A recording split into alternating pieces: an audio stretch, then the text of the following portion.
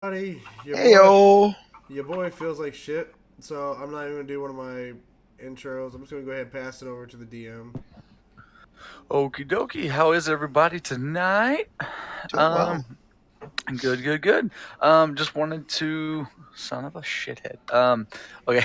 I just wanted to thank everybody in chat and everybody, all our fans and stuff, for being with us through what this will be our 12th episode. That's crazy. Thank you. Yeah, it's crazy that we've been on this long. If you think about it, we do it every week, and we've only taken 1 week break. Yeah. So, yeah, so we've literally been on for 13 weeks technically, or 12. But yeah, so this is awesome. Thank you guys so much for being around, helping us, and just having fun with us overall. Again, we've all got our shirts on tonight. Elvira actually has her shirt on tonight. So we are all collaborating tonight. And before we do start, I want to thank, again, everybody. I want to remind everybody that at 30 subscribers, we are still giving away that comic book.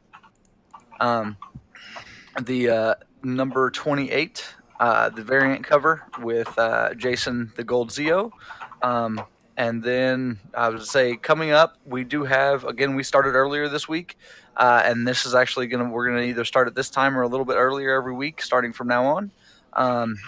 Yeah, coming in about 2 weeks, we're taking a break because there'll be a little lull in the story. So we're going to take a break off, give everybody time to rest and recuperate and come back strong. So, other than that, has anybody else got anything they want to put in here? Yeah, go ahead. Don't. Sounds good. Sounds good. Go ahead and roll that beautiful beam footage, Mr. ChiefDucky. Okay. Please. Centuries ago, a relic war began that nearly destroyed our world, scattering the relics across the globe. Now Lord Von Helsing has returned, and a new group of heroes must stop him. They are the Relic Hunters.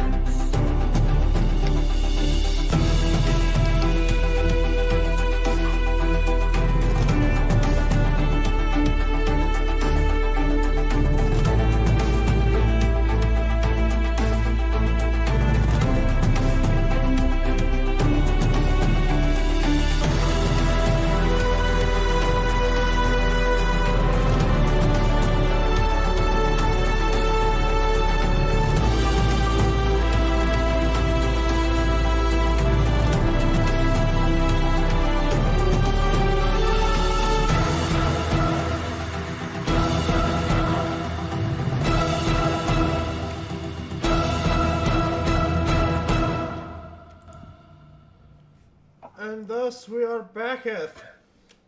Yay! Get the fuck out of here. Oh shit. Fine, I'll leave. No, heck yeah. Okay, so tonight with our episode, we are continuing from last week. If everybody remembers right, all our Relic Hunters fired their Relic Ultima weapon and blasted the head clean off of the mysterious baddie that had come through the portal. Thank you, Nurse Purple Ranger, for the 4-month subscribe. Sorry, ChiefDucky, I didn't mean to steal that from you, but I know you're feeling sick, so I'm gonna help you out with that tonight, or attempt to. Basically blasted his body back through the portal. His head flew into Jason's hands and then melted basically into 5 pieces that had their own portals, and now little swords are sticking out of it, are starting to come through all 5 portals. And they're at the feet, almost at the feet of all you, and the original lieutenants that were there are laying on the ground. They had dodged your shots, or your ultima weapon barrage, I guess we'll call it. So to start that off, I'm trying to think. So will everybody please roll me a d6? What the fuck was this? Oh, Thumbtack, thank you for the host, buddy, old pal. Ooh, thank you, Thumbtack. Much appreciado. There we go. Okay, there's my dice. All right, so 4, 4, 1, 6, 3. We are starting with. Hold on. All right, I've got to roll more dice. And the DM is unprepared. This is what happens. Okay.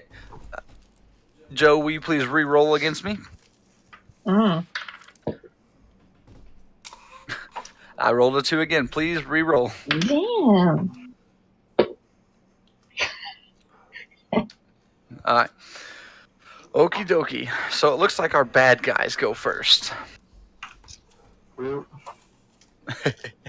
So, as the swords start to come out at your feet, all 5 portals, you see basically miniature version. Whenever I say miniature, I don't mean 2 feet tall. No, these are literally 6-inch tall, little what look like the Resident Evil guy with 2 swords. Nemesis. There we go. TM. But basically, 5 of them coming out, literally 6 inches tall each, with these swords that are as big as he is. And they all rise out of their portals, and each one targets an enemy, or targets one of you guys. No attacks this turn, but they're basically standing right next to you guys. The other villains, they are able to get to their feet, and the giant gold monster that has claimed himself Beowulf starts to he gets to his feet after taking quite a heavy barrage from Jason and Kyle. Gets to his feet and he starts to make his way slowly because he's very wary of these small little munchkins towards Jason. He wants a little bit of revenge on Jason and Kyle, as well as Medusa starts heading towards Joe and Robin. So basically, you guys are gathered in a circle. Jason's off, just literally maybe 2 foot off. Your weapons have now returned to you. And Joe and who? what I Who's say? Robin? Joe and Elvira. I'm losing my mind. Robin has entered the fray. Sorry. Yes, Joe and Elvira. I'm losing it. But yes, you guys are all separate. You got me confabulated.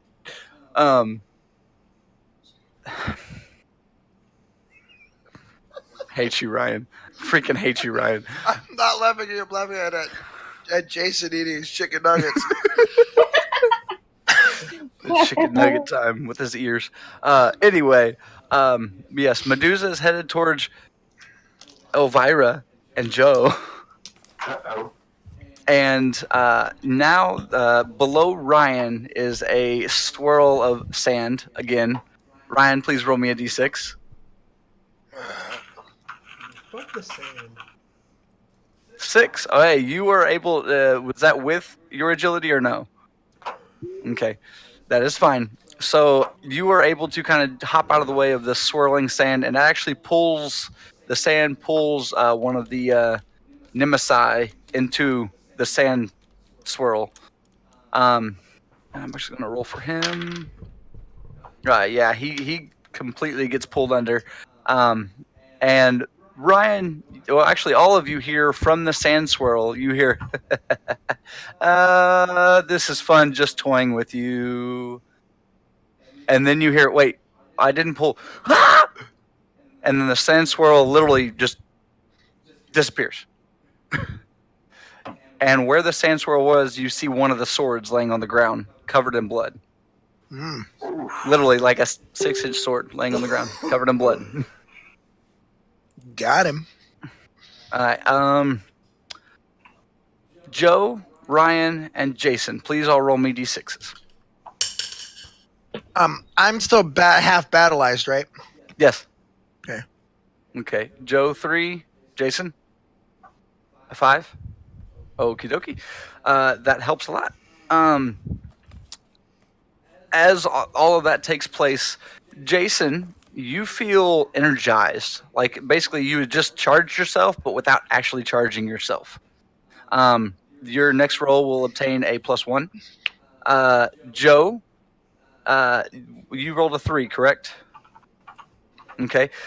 You feel very whimsical. and you feel the spirit of music flowing through you. You feel very breathy. I don't know. You get a +1 on your next roll as well. Ryan, what did you roll? 1. Oh. Ryan, you feel worn out, and a couple of your armor pieces slip off of you. You are now debattleized.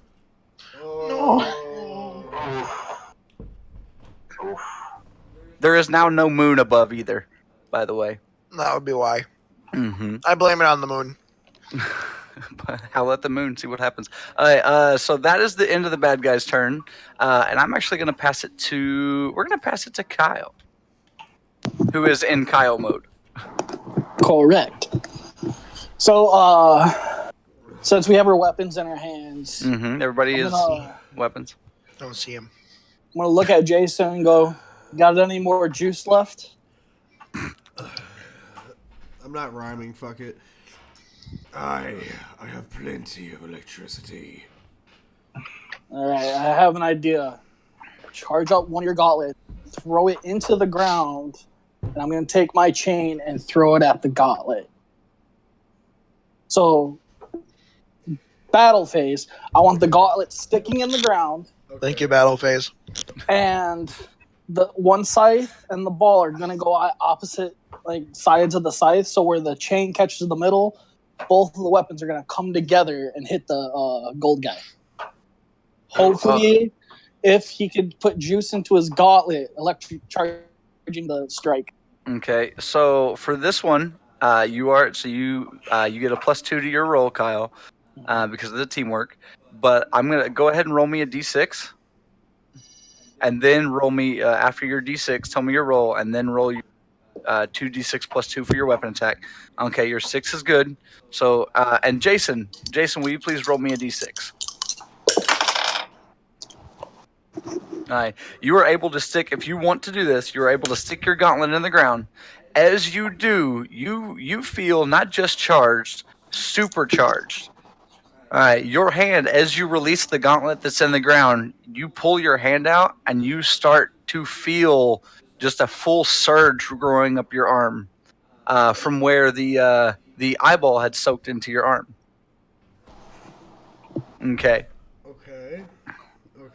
So now both of you, Kyle, roll your 2d6 +2, and then with your teamwork, put that +2. Jason, roll me 2d6 +2 as well. Okay, so 14? 11. 11? Okay. So I hate math. 25. 25? Okay, that's what I thought it was. So I will let you guys keep this as damage. That was technically your attack roll, but you guys rolled so well, I will let you keep that as damage if you would like. Yeah. Okay, so basically what happens, Kyle, like you said, you throw, and they come together as it hits the gauntlet. It does charge it. Jason was able to leave excess electricity in the gauntlet. It charges and hits Beowulf. Beowulf, it doesn't hit him in the neck, but it hits it right here underneath in his arms, basically right under, and one sticks into his side, and the other, obviously because it's bladed, and the other one hits with a ball, and it knocks him off balance. As it does, you guys do 25 damage times 2, so he just took 50 damage. Ooh. Yeah, boy. There's my pencil. It's the luck of the... Hey, you know what's really funny, Kyle? What's up? Your boy's drinking a blue slush. Yes. Oh, That's your mine. Okie dokie. Well, as Beowulf gets knocked off balance and still has your weapon stuck in him because you haven't recalled it or nothing, he lands hard on the ground and he yowls. Like, I'm not going to yell, but he yowls and is hurting so bad. So is he on his back or on his side? No, he lands to his side. Okay. As I hit the freaking wall. I'm just making but sure, because this does factor into my attack, so I needed to know that. Yes, I completely understand. But yes, he lands on his side, and he's got himself slightly propped up.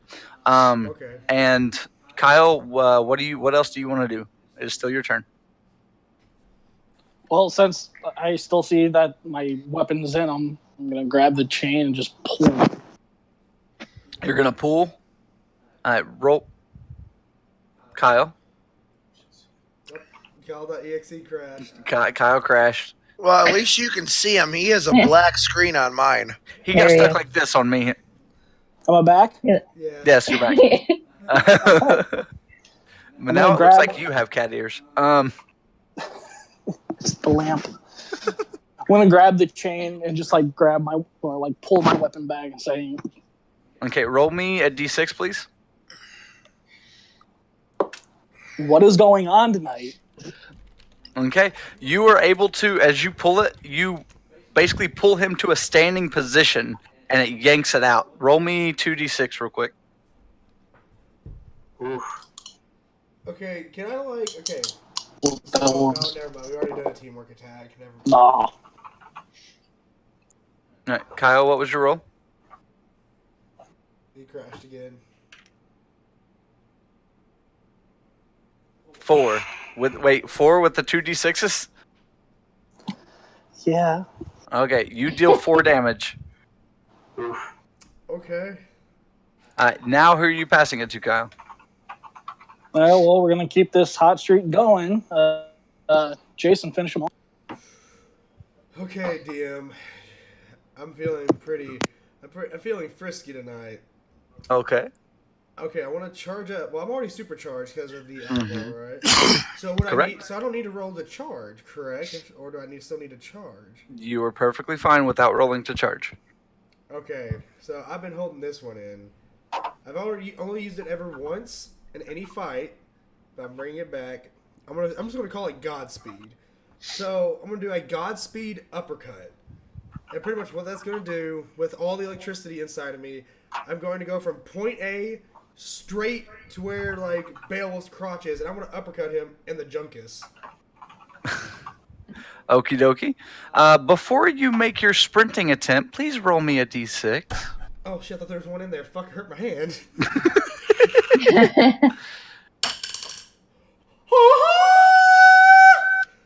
As you go to basically your Usain Bolt running stance, you go to charge and you feel a very calming aura wash over you, and now you feel like you don't even need to run because you have just fully battleized. Unleash both, please. Ooh.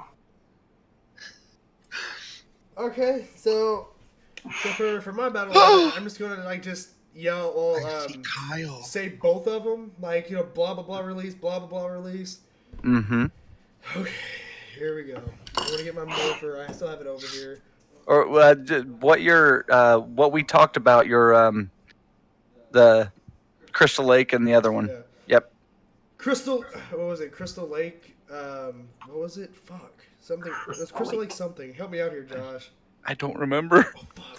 That's why I gave it to you. I forgot. Okay. Crystal Lake Unleashed, and then obviously as the Crystal Lake form begins to manifest, obviously I get bigger with Crystal Lake, correct?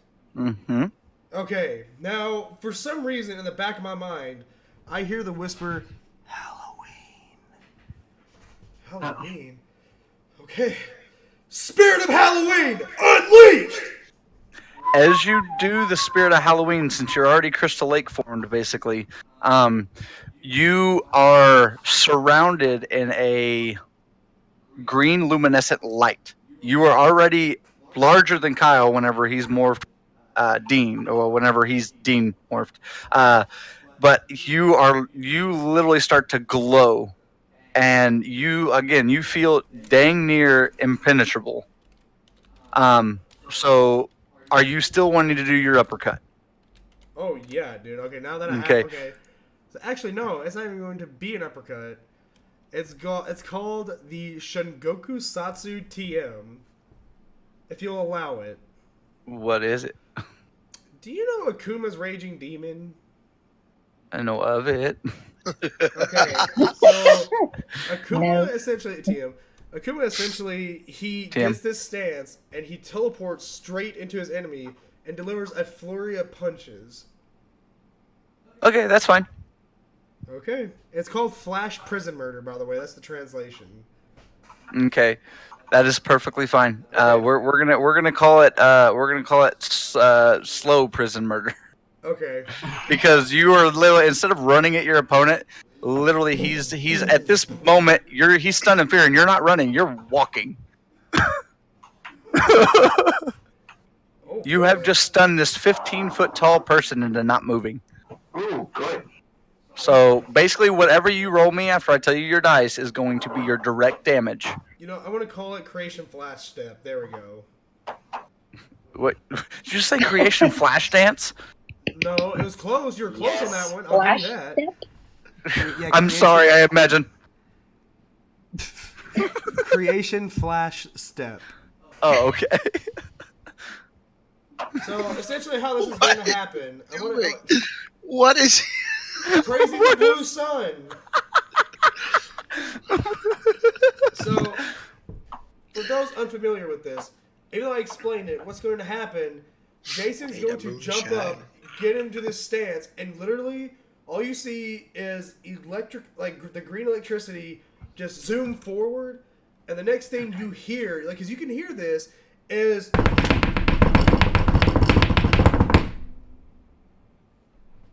So you hear a flurry of punches. I'm going to finish it off with a rising kick to the chin. Okie dokie. Please roll me for this 4d6 plus 2. Oh, God. 19? Okay, that is your damage. As you hit him, literally pulling the straight uppercut through his chin, you send him flying off of Castle Drac Landing. Like, completely. Like, he is now flown off. Will you roll me a d6 to see if you see this? Bye.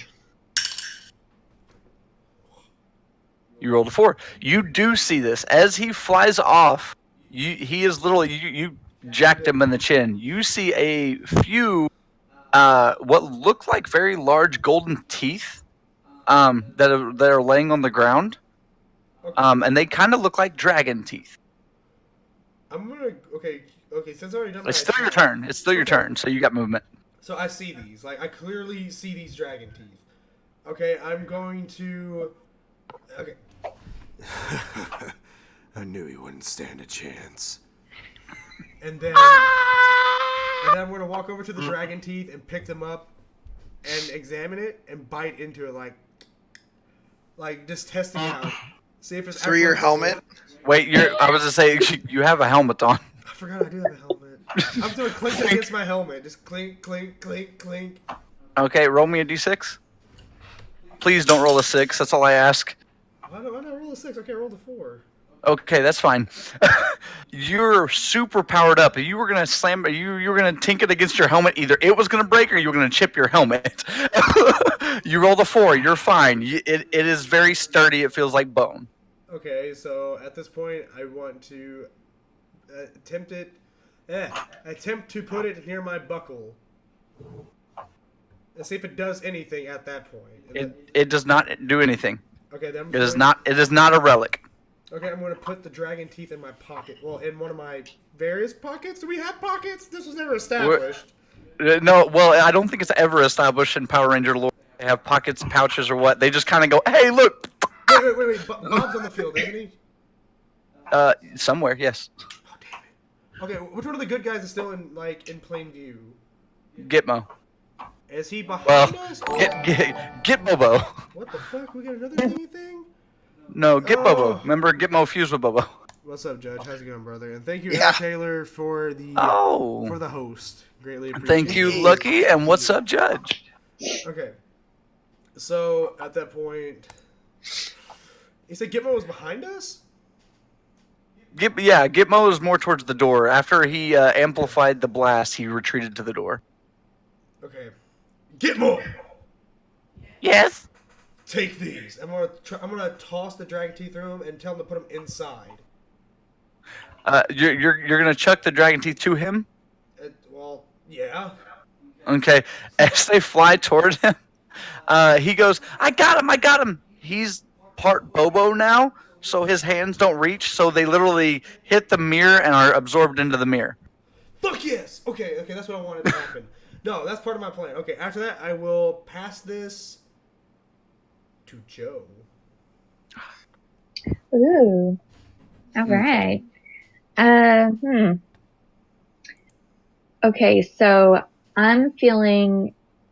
How did you describe it? Whimsical. Whimsical. Yes. And okay, is there anything near me that I could pick up? Elvira. No, that doesn't work. Dang it. Elvira's near you. You guys are near the door. Because you guys were around Ryan. But yeah, you guys are kind of near the door. You're close to Gitmo. There's like rocks and pebbles around. And Medusa's coming at you, but. What? Did you hear me? I heard Elvira say something, but Yeah, what did you say, Elvira? I said throw a pebble. Oh, throw a pebble. Throw a pebble. well, Because all we gotta do is knock that nappy weave off of her. The nappy weave strikes again. I want to find the biggest pebble I can find. Yes. You do have a throwing weapon, Joe. Well, I wanted to do something different. Well, That is fine. That is fine. That's fine. You can pick up a pebble. Okay, the pebble you pick up, the largest pebble that's around, it's about yay big. Mm. That's a decent pebble, honestly. Yeah? This is a pretty good pebble. It's not a skipping rock. Okay. I want to, since I'm feeling so whimsical, Okay. I want to, like, throw the pebble, but then I want to run towards Medusa, and I want to jump up and do a flying kick, Okay. and I want to, and I want my foot to drive the pebble Oh, okay, I know what you want to do. further. Yeah. So basically, you want to throw the pebble and try to like basically, Kick it. yeah, it's like Super Johnny Sonic Cage speed. TM like speed kick Yeah. it into him. Okay. Yeah. Increasing the Down. velocity and shit like that. First, roll me a d6, and that will take up your +1 for being whimsical. And then I want you to roll another d6 for the rock throw. You got a 4. Okay, Okay. 4 and oh shit, 2. Okay. Now roll me for the kick with your 2d6. Okay. 8. Okay. So basically, what happens is you go to throw the rock, and you throw it as hard as you can, and then without even like realizing what's going on, you go for the kick. What you don't know, and what everybody else can see, is when you threw the rock, Medusa's probably about 10, 15 feet away from you, coming towards both you and Elvira, who's standing next to you. As you throw the rock, you see about 7 feet in front of you, it stop. And you are still mid-air kick. You literally go to kick, and you hit a brick wall. Ouch. It's something that you can't see there. You hit a wall, and you fall to the ground. And you take 1 damage, because I can't roll. Oh, yeah, keep that up. yeah, I'm okay with that. Where's my fucking dipping sauce for my nuggets? How dare they? I didn't do it. Oh, here's your stress ball. I threw the pebble correctly. No. Sorry. No. Do you want to do anything else? I'll say you stand up, you realizing that you hit something. So. Yeah. I just want to take a ready stance. Okay. That's perfectly fine. Who are you passing it to? Elvira, there's something in front of her. So Do when something she awesome. threw the rock, did the rock also hit the thing that she hit, or did the rock go through it? The rock stopped in midair. It is still holding in midair. No, it's just floating. Oh. Okay, that explains why I didn't know what happened to it. But either way. Oh, hello, dog. But anyway. She's going to take off running towards Ryan, actually. And as she runs by, she's just going to simply yell, "Get ready!" Oh. It is going to attempt to grab him and fly up with him. Is this a teamwork attack? Ooh. This is fine. I will give you a +1 for your teamwork because of the way you're describing it. But Ryan, first, Elvira, you need to roll me a d6 for your flight. Okay. Ryan, you need to roll me a d6. Oh boy. I rolled a 6. As did Okay. I. You're perfectly fine. What are you wanting to do after you fly up, Elvira? Okay, so this might have to take 2 rounds for what I'm actually planning, but this is what I'm going to do double duty here. I'm going to explain in character to Ryan what I'm thinking, and I'm going to explain to you to see if it's going to be okay.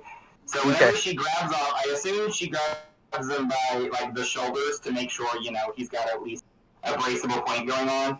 And as she flaps off, she says these things in this kind of order and kind of at this frantic pace. She's like, "Hey, the voodoo doll thing was kind of weird. It looked like it made you feel better. However, I'm really thirsty all of a sudden. So I don't know how much longer I'm going to be able to do this." And I picture her kind of like flapping as she's going up. And she's like, "Okay, so here's the game plan. We're going to fly up super duper high, and we're going to dive. And I mean dive. And then I'm going to throw you, because you hit like a truck. Me, not so much."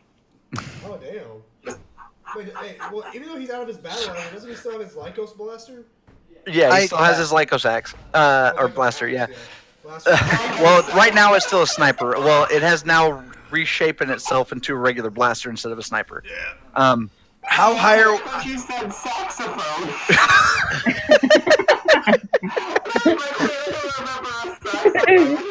How high are we going? Elvira would have the knowledge of this from the day she flew around, kind of like as a practice thingy. How high is the ceiling, the force field ceiling? Well, technically there is no force field. It's just an invisible. You can fly out of it. Yeah, no, you can. That's easily 50 to 75 feet up. Okay, well we're gonna go as high as she could go before she hits that whatever force field ceiling thing. So we'll say 50 feet up.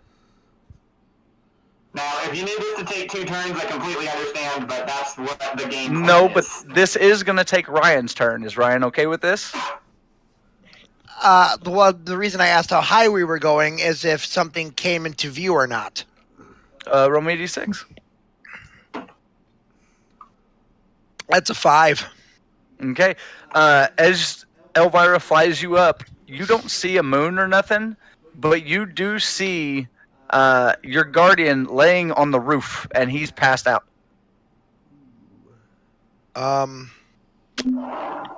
Problem. That's not good. I need him. Okay. All right. So, are you okay with using your turn, Ryan, or what? Now that I'm seeing Talbot on the roof, no. But I mean, you can eject from Vira's grasp. It'll cost you a roll, but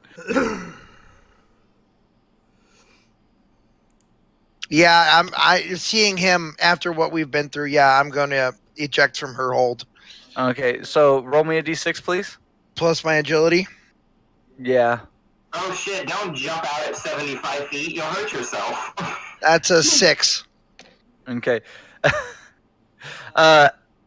Elvira, you see basically Ryan try to he loosens your grip and is able to, with his agility, is able to land safely on the roof. So since that's not your turn, Ryan, Elvira, I will let you continue your turn. You're mid-flight. What do you want to do? Okay. I guess without Ryan to do the cool thing. Mm-hmm. Sorry. The other guy is still alive, right? Not Medusa, because Medusa has that weird force field thing around her. The Goldilocks is gone. Beowulf got thrown off the side. I say Goldilocks as in Gold Sandy guy. There's an invisible guy somewhere, and I forgot about him. And then there's 4 little 6-inch tall sword wielding nemesis. Okay. She was going to just try and do a. She was going to originally dive bomb and try and give Ryan a boost, but now that Ryan's there, I guess she's just going to do the dive bomb for herself. All right. Whichever one of them is biggest, she just is going to try and dive bomb into. That'd probably be Medusa.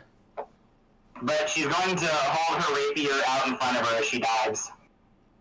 You're grabbing the rapier and diving with the rapier? Yeah, because now she's not holding Ryan anymore. And Okay, then she's also going to throw a clockwise spin on herself, kind of like a rifling. Okay, so you're basically wanting to like corkscrew down? Yes. That is fine. Do you want to use any blood?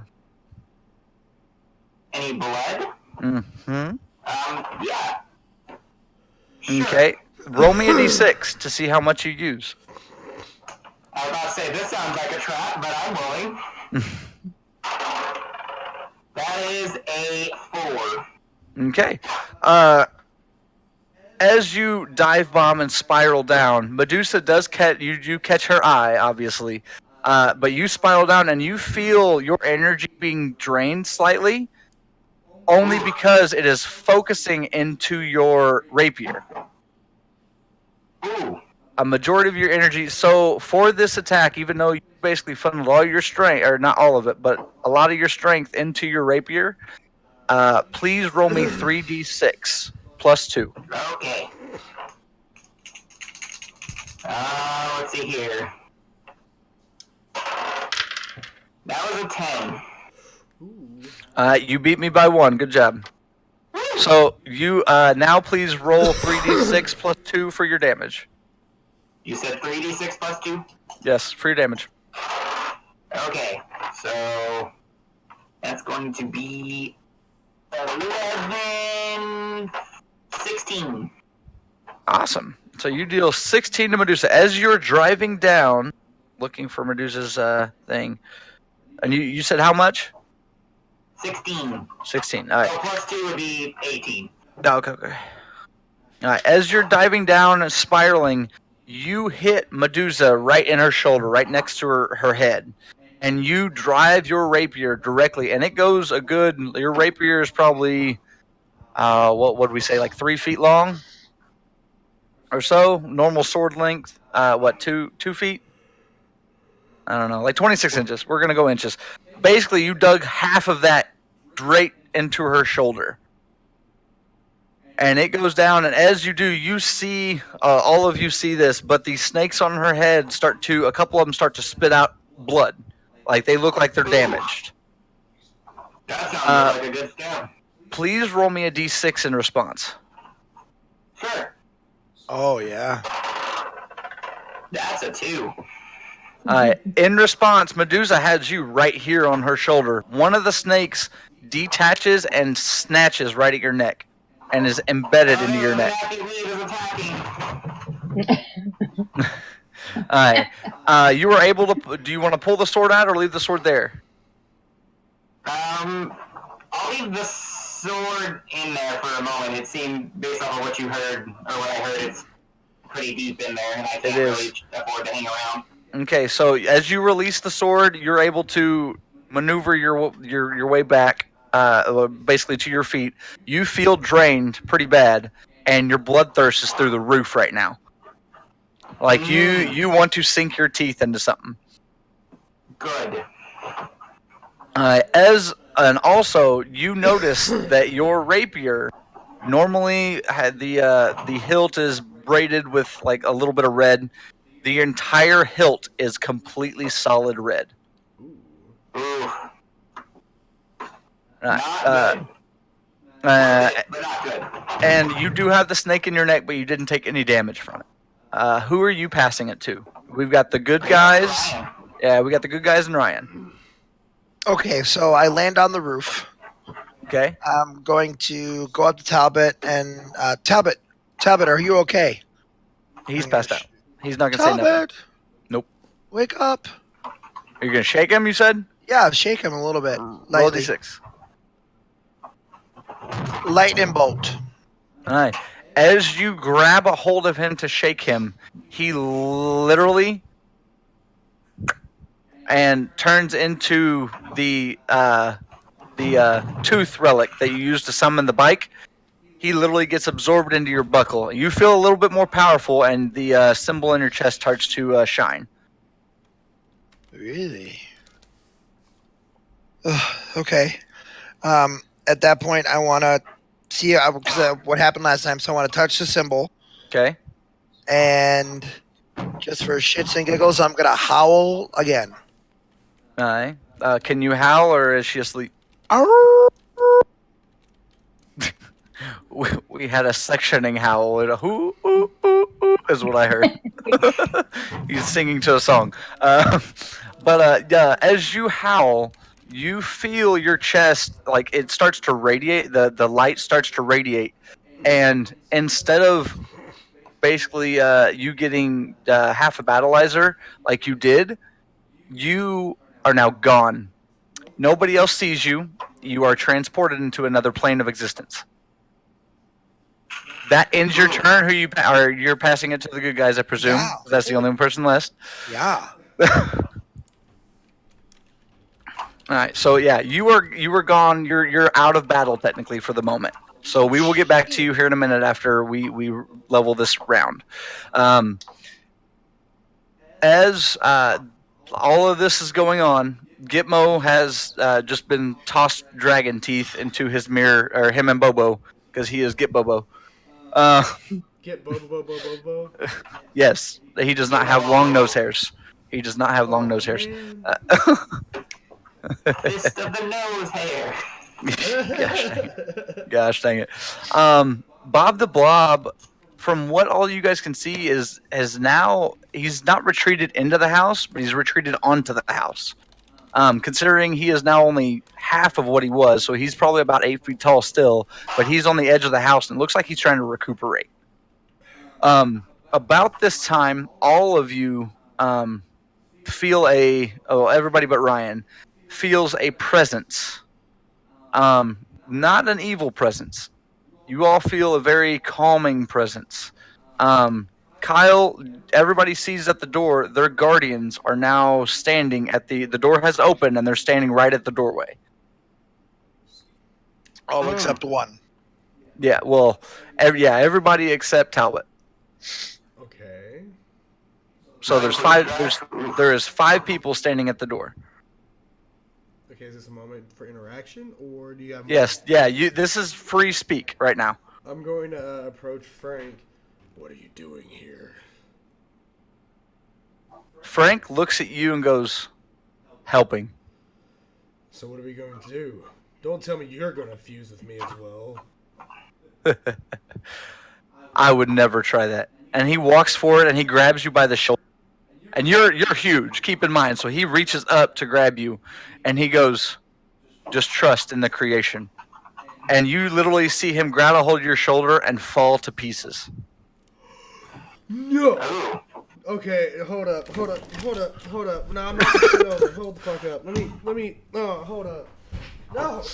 Hold on. No! I thought I was gonna get excited tonight. No. So you're telling me Frank just fell to pieces in front of me? Yep. Like, non-animate. Like, the pieces are just there. Yeah, he is literally general pieces of body part that are not moving. Who is the... go ahead. As he falls to pieces, you see a small green light come from his pieces and shoot off, away from the castle. Okay, so I couldn't catch it in time. All right, cool. No, this light is not catchable. I'm going... Who's the guardian to the left of Frank? The left of you or the left of Frank? Left of So Frank. you're right.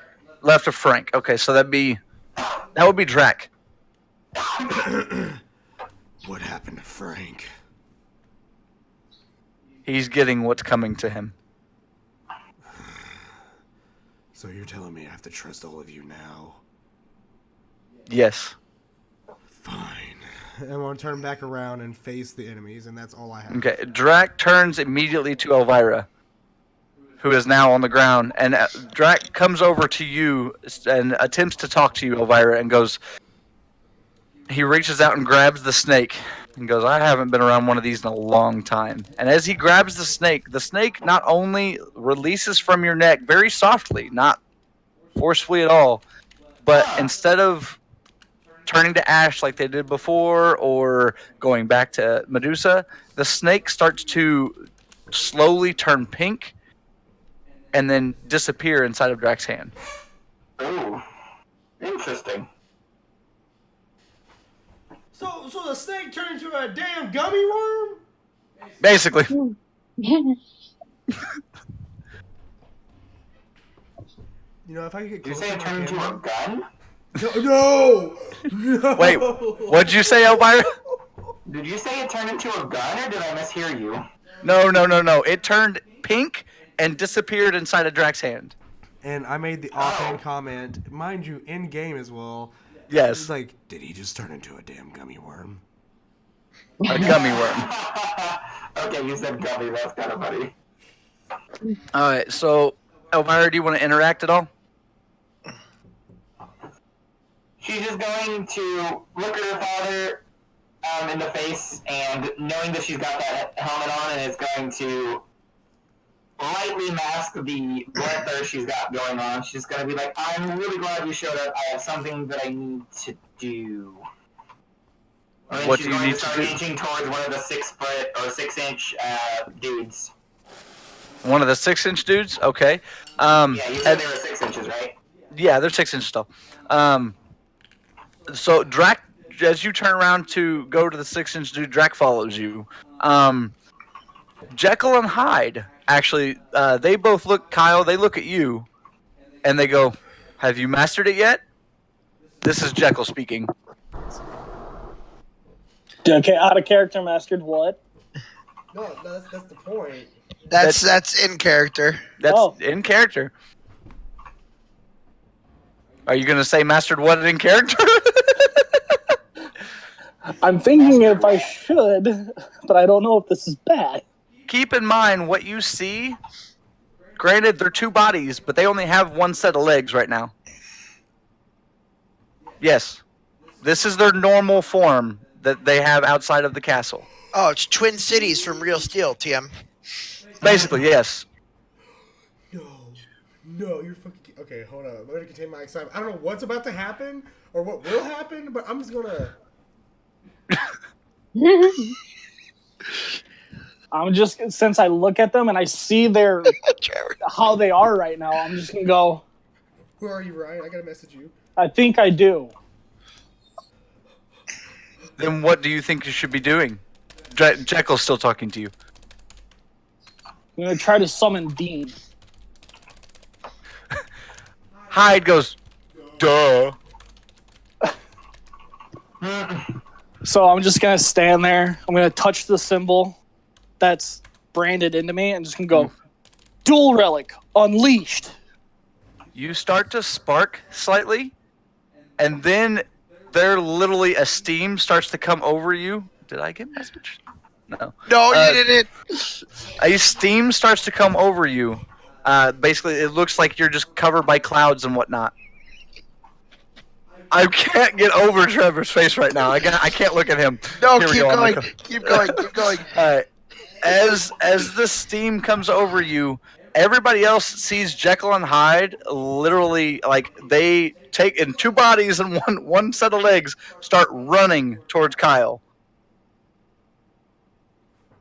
Like, full-on sprint. As they sprint, both of them tackle Kyle out of the mist, and all of you see this as he's tackled out of the mist. Just in time, by the way. Kyle, roll me a d6. 6. Rolled a 6. Okay. As you get busted out of the steam, you notice, or all of you notice, Jekyll and Hyde didn't come out of the steam. Only Kyle did. And the steam dissipates. Now, standing is Kyle, but he is half and half. Oh. He gets both his plus... Hold on. He gets both his plus 2s. And Oh, shit. as he's standing there, Kyle, I have a question for you. I like this. Don't like this either. Will you please hit your? This is DM talking. Will you please hit your buckler in game? This is a DM helping right here. Because I didn't Okay. give up enough. All right, go ahead. I'm gonna touch my buckler. Okay. As you hit your buckler, the scroll comes out of it. Now the scroll wraps around you. As the scroll wraps around you, it fades. What do you want to say? The scroll's not with me. It's with Ryan's journal, and that's also with the Phantom. I know. Okay. As you hit it, a scroll wraps around you, and then the scroll starts to burn up completely. Standing where Kyle was is now a Kyle-sized two-headed dragon. What? All of you here, but mainly Kyle and Dean, from where the steam had dissipated, this is our gift to you. Yes, our gift. This is your battleizer. A fucking two-headed dragon? Oh, hell yeah. Oh. Ooh. Ooh. Ooh. Alright, so now we have one more person. Joe. Yeah. Your keep in mind your guardian, he's standing there and he doesn't look like he really knows what he's doing. He does not fight. But he literally goes, Joe, and you see his fingers still moving, look like he's wanting to play piano right now. And he goes, do you need help? I would love some. That would be great. Do you need some? Will you sing for me? I'm putting you on the spot straight up. If I could turn back time. Since that's the song you spoke, Oh no. please roll me a d6. Oh, shit. Oh, fucking God. Gypsy my all. You rolled a 6. Okay. As you say, if you could turn back time, he speaks up and if you can find a way. And literally, he looks like he pushes his hands towards you, and a literally mythical piano flies directly at you. Oh. Yes. As it gets to you, you literally get sucked inside the piano and land on the ground. The piano smashes in a million pieces. Your guardian falls to the ground crying I'm sorry. because of what just happened. But in the rubble of the piano is you. You are literally, instead of growing like tall, you are now paper thin. Okay, kind of like a sheet of music. Ooh. You have amplified agility, which I'm giving you +2 agility in this form. You also have amplified your weapons. Your weapons have amplified. You get a +2 when you use them. And like I said, you're still your normal self to an extent, but you're paper thin. Do you want to do anything else right now? I want to dance. Is that cool? As you dance, you hear him bawling on the ground. No, my. He looks up to you mid-sentence and goes,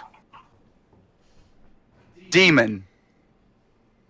As he says demon, you turn from paper thin to a full-fledged, literally a half-mast, bulking demon. You have the full wings. You have both your weapons, but now they look very demonic. And on your chest, where your symbol was, you're still look Ranger-esque, TM. But on your chest, instead of the mask, it now has, or instead of half the mask, it actually has a full mask on your chest. Hmm. This is your Cool. temporary battleizer. Okay. First you turned her into Paper Mario, and now you give her a temporary battleizer? Everybody gets 2 forms. This is DM talking. Everybody gets 2 forms. I am slowly giving you guys your forms. Those 2, I gave them a glimpse at their forms and then turned them into their battleizer. The forms will come in handy in certain situations later in the campaign. Got it. But none of you know exactly how to access your battleizers fully yet. Not I don't even even know Jason. where I am, so. Yeah. Alright.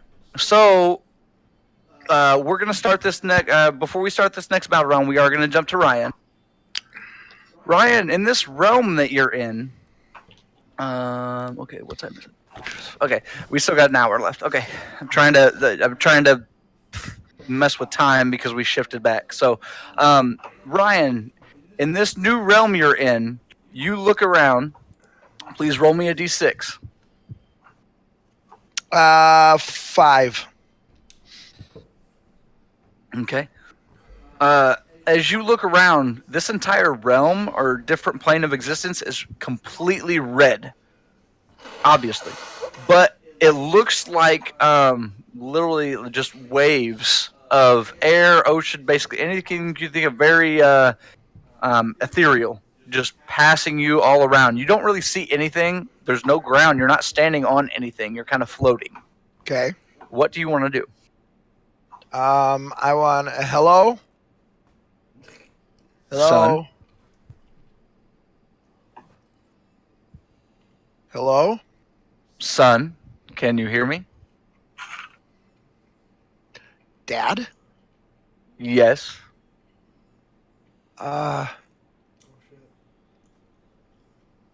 What's up? That's how you bring your dead father. So dramatic. It's like, what's up? Is that all you can say to your old man? I'm sorry. Stop. I assume you have met your mother by now. Briefly.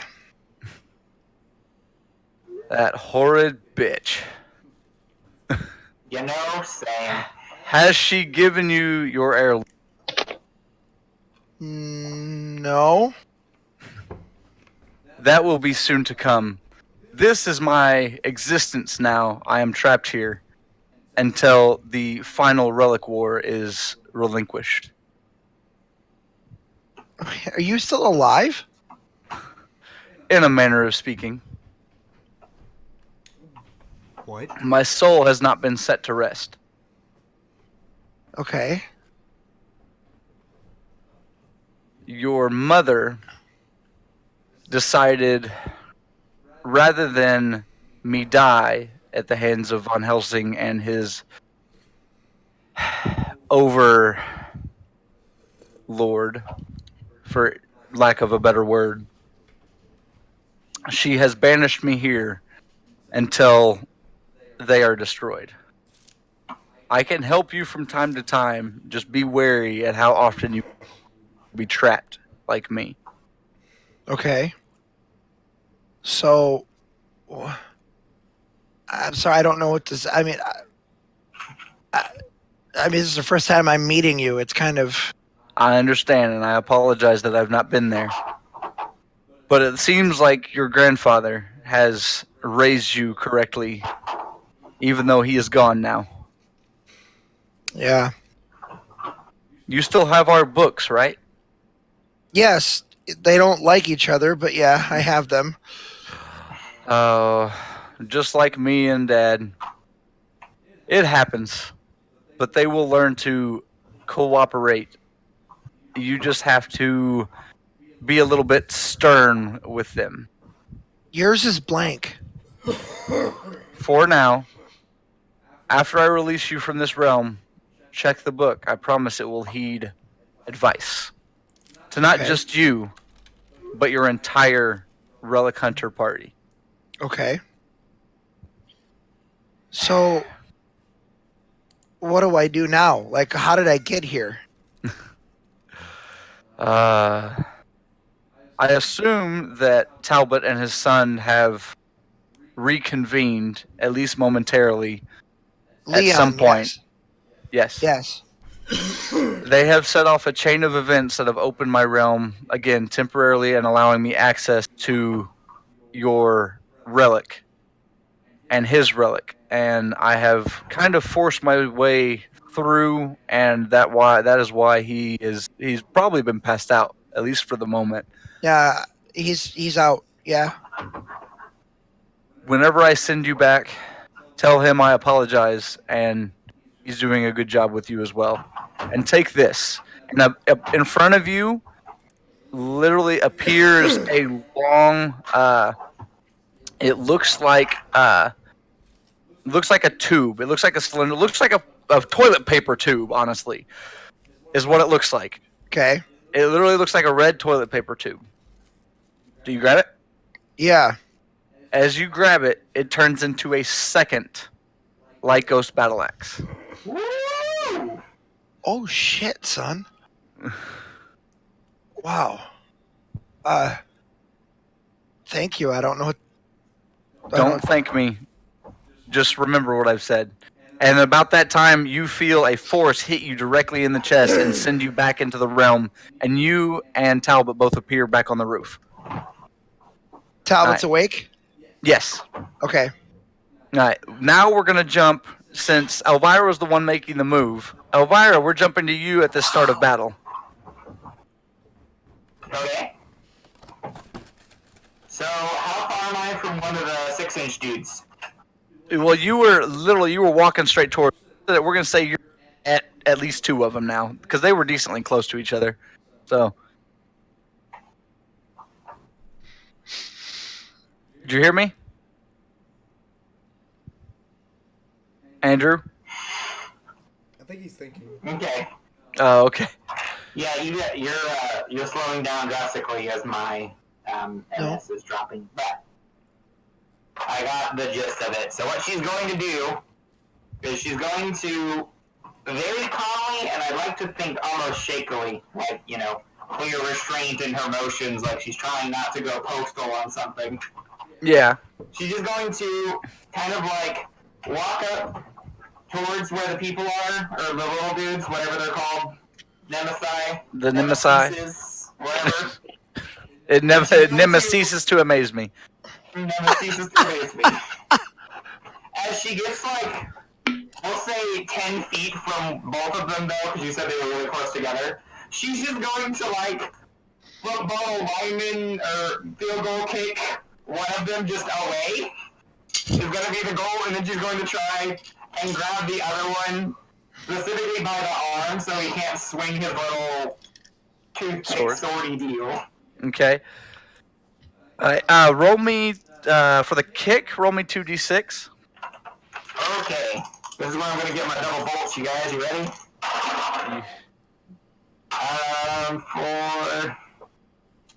That would be 9, unless if you're counting this as a ranger attack, in which case it would be 11.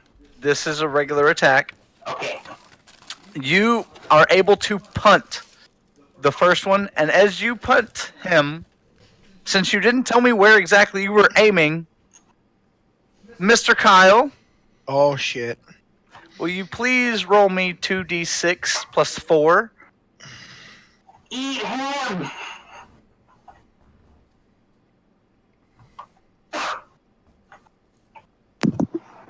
You said 2d6 plus 4, yes? Yes. 10. Okay. What do you want to do? This thing's flying straight at you. Ducky's eating a cookie. Just to recap. So, I am half Dean, half Kyle, yes? And... As a dragon. You're basically a mini-Zord. You're a mini-Zord. Think of it that way. Thank you, Mini-Zord. Okay, well, without even hesitating, the Dean side is just going to look over, open its mouth, and chomp. Alright, with what you rolled, you chomp. You were able to chomp it complete. It's gone. But since it was still holding its swords, you take 14 damage. Damn! It's gone. You killed it, but its swords caught you. All right. Elvira, what did you say you wanted to do with the other one? I wanted to grab him by the arm that's holding the sword so he can't flail swing it or whatever. Okay.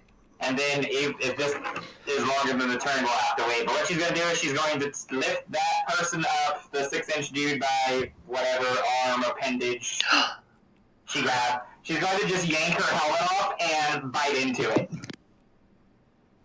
I will allow this just because of the sheer what it is. So you lift up. Go ahead and roll me a d6 for this.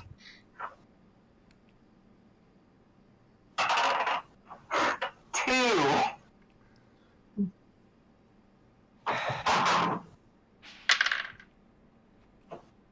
As you grab his arm and lift him up, he stabs your hand for 6 damage. You are still able to hold on, but only because you see behind you. Well, all of you, you don't see behind you. Everybody else sees Drac is now charging what looks like a blood ball. The blood ball hits the tiny little 6-inch Nemesis, and he literally eats the full blood ball, expands to Veruca Salt? No, it was Willy Wonka, the blueberry chick. That's Veruca Salt. Oh, nice. Is that Veruca Salt? Okay, that's what I thought. All right. He literally expands to Veruca Salt level and explodes blood everywhere. Wait, we're talking about the one who turns into a blueberry? Yes. It's Violet, not. Oh, Violet Beauregard. Yeah, but Yeah, what? Veruca, it depends on which movie. Veruca either goes with the chipmunk or the golden egg. yeah. Oh, okay. The blueberry is Violet. Violet, you're turning violet, Oh, Violet. yeah. Oh, yeah. Yeah. TM. Hurry up with that TM, no. So the blood has now exploded. Who are you passing it to? That's your turn. I'm going to pass it. You said we're in a new round, right? Yeah, everybody's available. Let's go to the bad guys, actually. Okay. So there are 2 Nemesis left, along with Invisible. His name is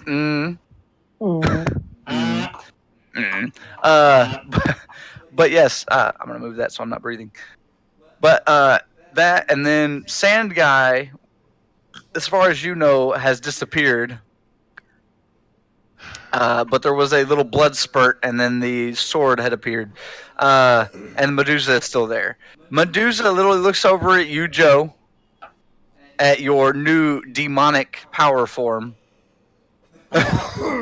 Which, by the way, still has the blonde ponytail coming out of the top. No! God! What, you didn't like the ponytail?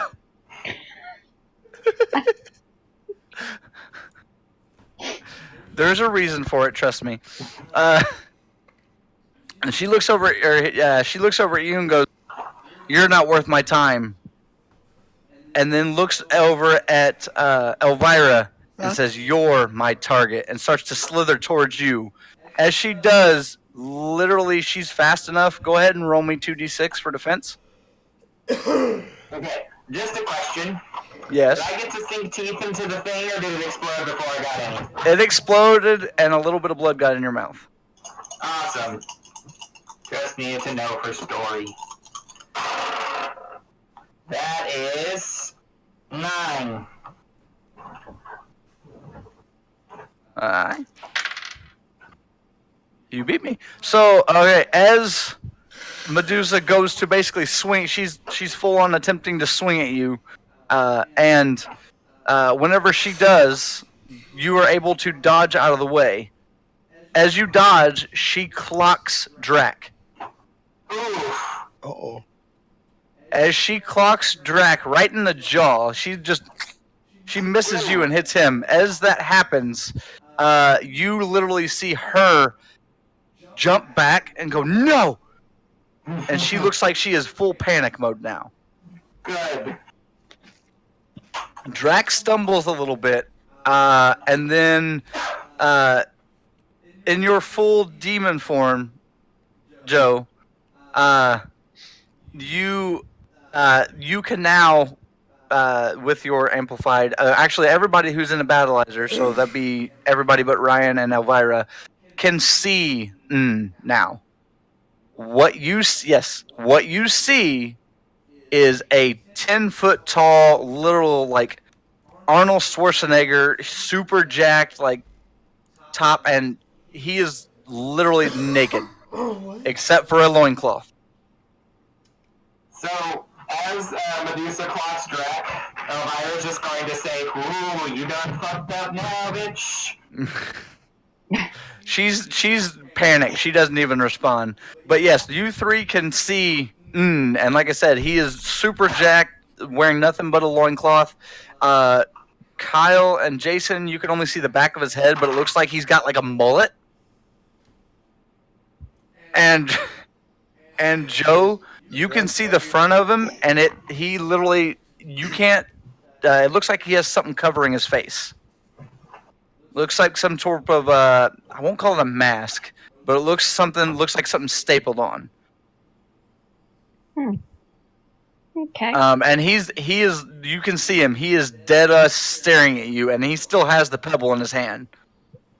As he's staring at you, he literally squeezes his hand, and the pebble crumbles. He doesn't say a word. He just stands there. Joe's All right. like, I'll beat you. I got this. All right. And then I'm trying to think of who. Okay, the two little Nemesis that is left. One literally looks up and sees this explosion, and you see a portal form under him, and he dives back in. Oh.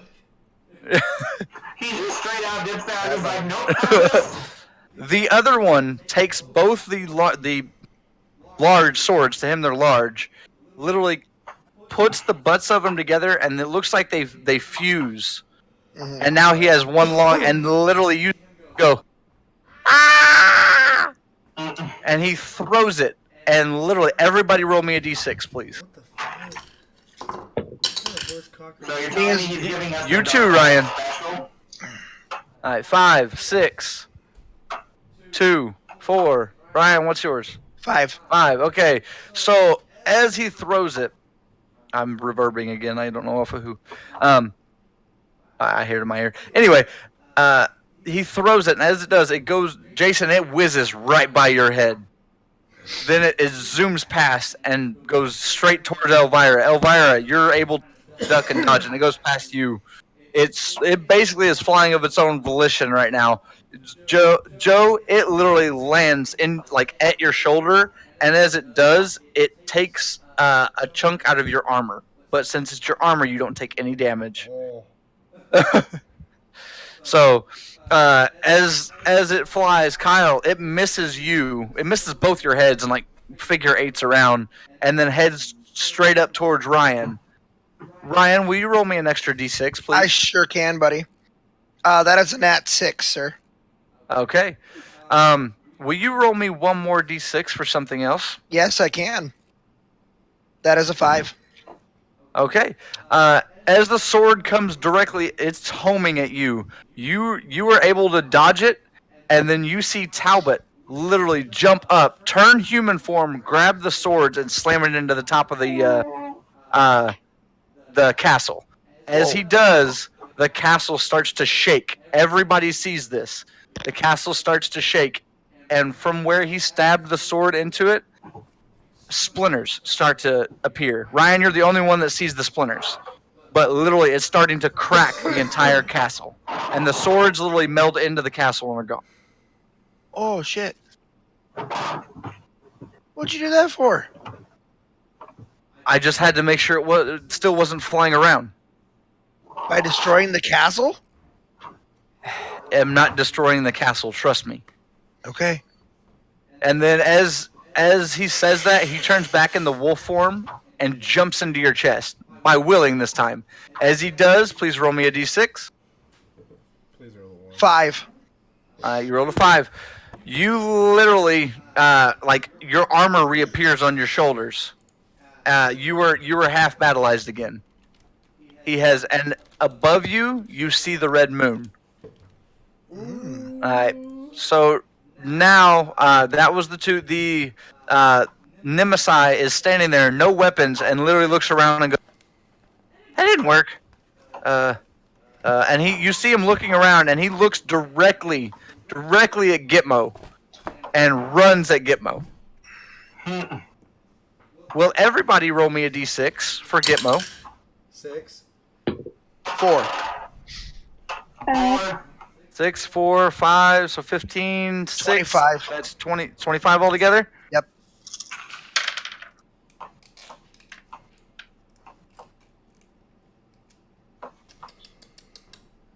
I know, I heard her. I'm sorry, what do you want? Alright. All of you see this. You see this little guy running directly at Gitmo. You guys did not roll high enough. Gitmo, or this Nemesis jumps directly at Gitmo and fuses with the mirror, or goes into the mirror.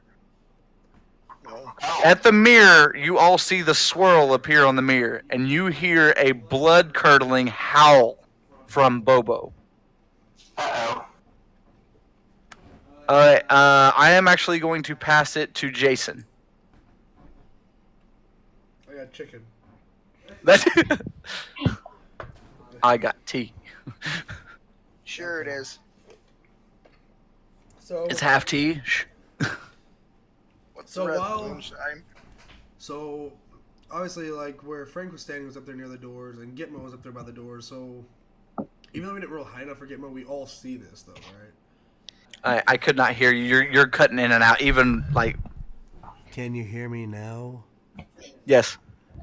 Okay, so we see this, correct? We see Bobo and the Nemesis jump into the mirror. Trying to think. So what you're wondering? What are you wondering again? Sorry. I apologize. Here. Do we see the mirror changing? Yes. Sorry, you literally cut out. That's why I was trying to together. That's why it took. Are they in the same room? They're close enough. Jump in, but we just didn't roll high enough for Gitmo. Yeah, you guys didn't roll high enough to save him. Okay, that's all I wanted to know. I'm sorry, you cut out. I need to just have one of these off so I can hear you. Okay. Right there.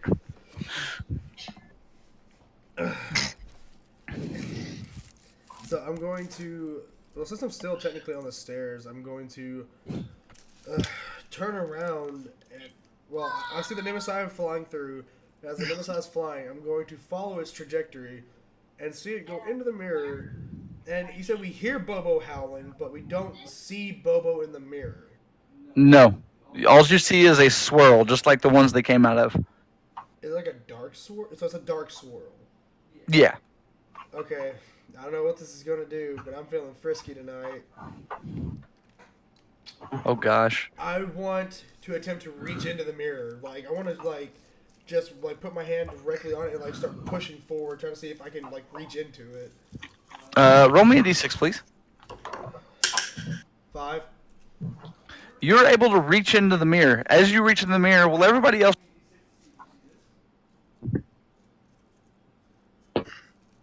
Ryan, you're at the edge of the roof, so I assume you see.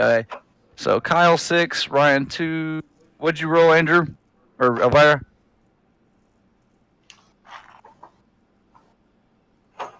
Elvira? A 1. Okay.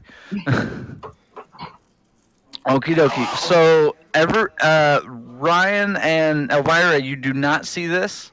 Kyle and Joe, you do see this. As he reaches in, a swirl appears back where the throne was, and you see an arm reach through. You would recognize this as Jason's arm.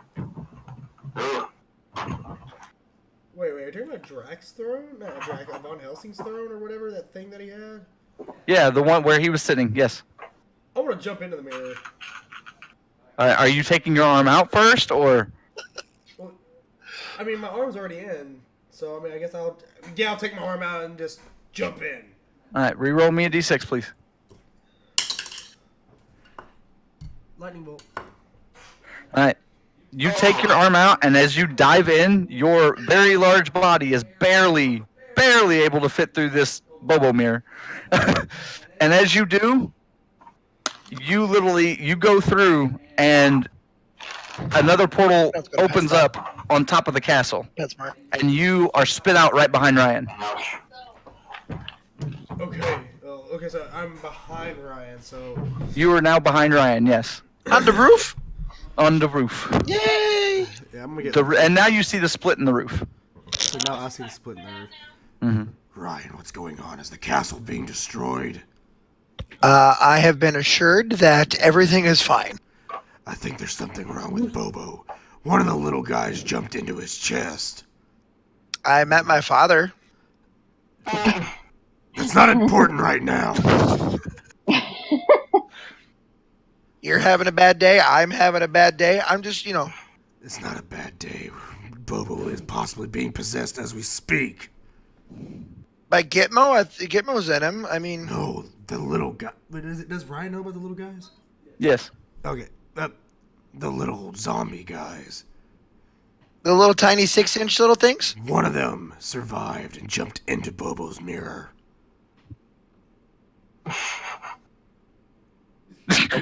Ryan with the questioning look. And then, Okay. And then I jumped through Bobo's mirror, and here I am. You jumped into Bobo's mirror? I'm looking down at him. Yeah, I did. Oh yeah, because he's like... Yeah. Yeah. He's very tall. He's I'd say Jason's probably about 10 to 11 foot tall. So now, how did you fit in the mirror? Very carefully. So I'm going to disregard Ryan for the moment.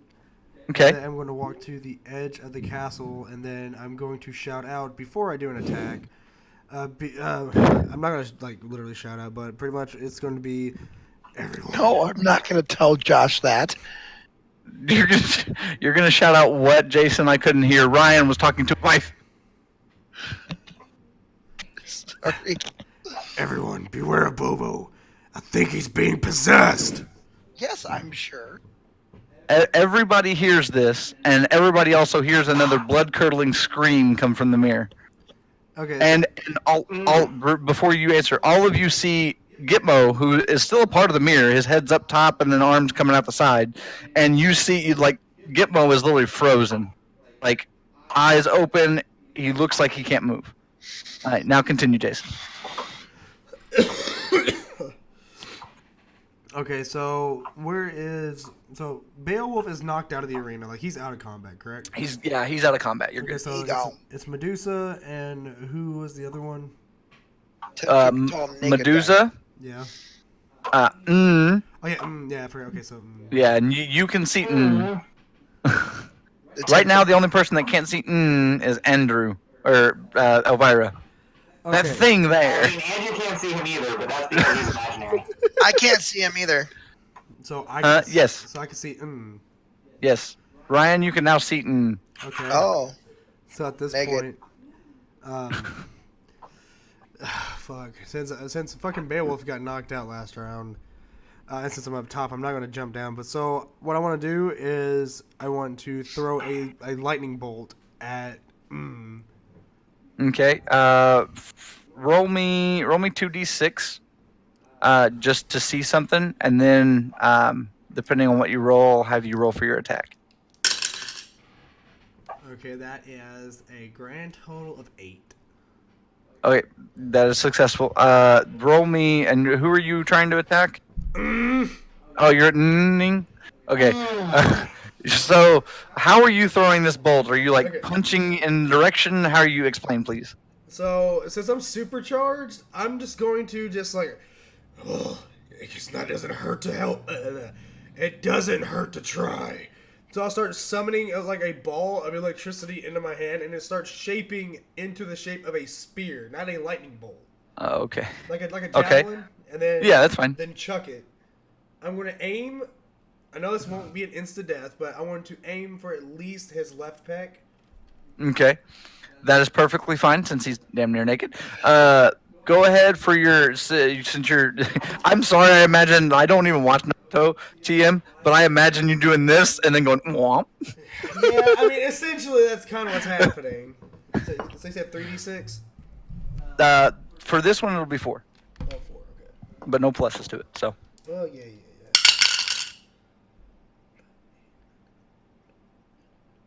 14? Okay. Hold on one sec. Yeah, you got that. You said you're aiming for his left pec. Yeah, like I want to like throw it with such thunderous force that I'm hoping for a knockdown, if applicable. All right. Well, and what did you say you rolled again for the attack? It was 4. Well, you talking about the 14? Yeah, the 46 that you rolled. Yeah, the 46. Yeah, that was 14. Okay, that was for the attack. What happened? You throw it, and as you throw it, it hits him directly where you want it to, and it stumbles him and knocks him to one knee. As it stumbles him, he is now directly in front of Joe. That's what I. Because he was back away. He was back a ways a little bit, and it stumbled him. Now he's directly in front of Joe. Yep, that's what I wanted. All right. Please roll me the 46 again for damage.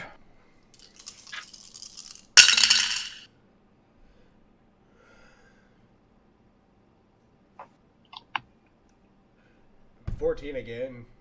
All right. Okie dokie. Now, who are you passing it to? Is Joe still applicable? Everybody is applicable except for Elvira. Okay, so before I pass it to Joe, take him down. And then I'm going to pass it over to Joe. Okay.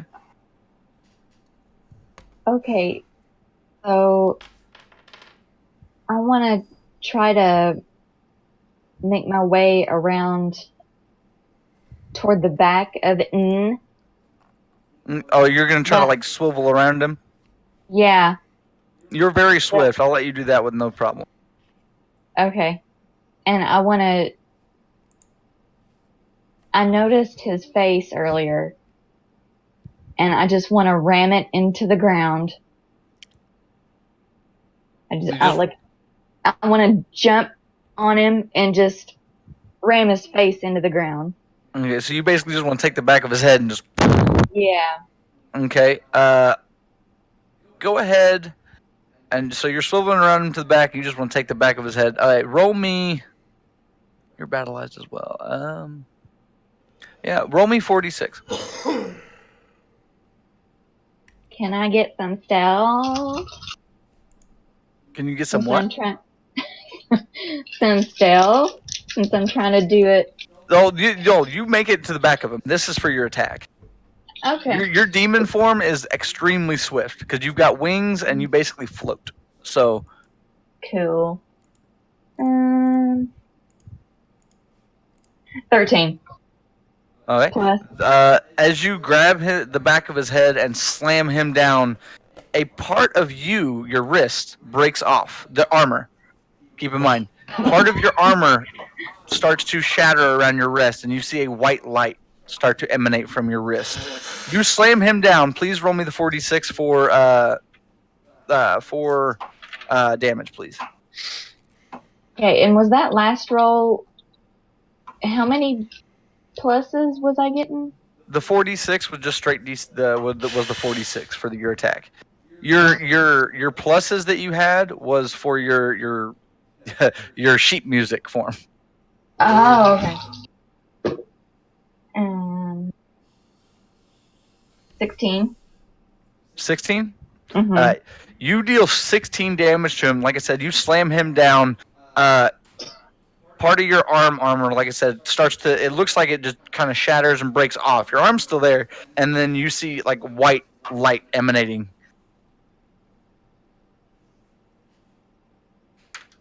Okie dokie. Everybody sees this, by the way. Everybody sees Joe just... And, well, Elvira, you see her grab something and slam to the ground. Did we pick up mining?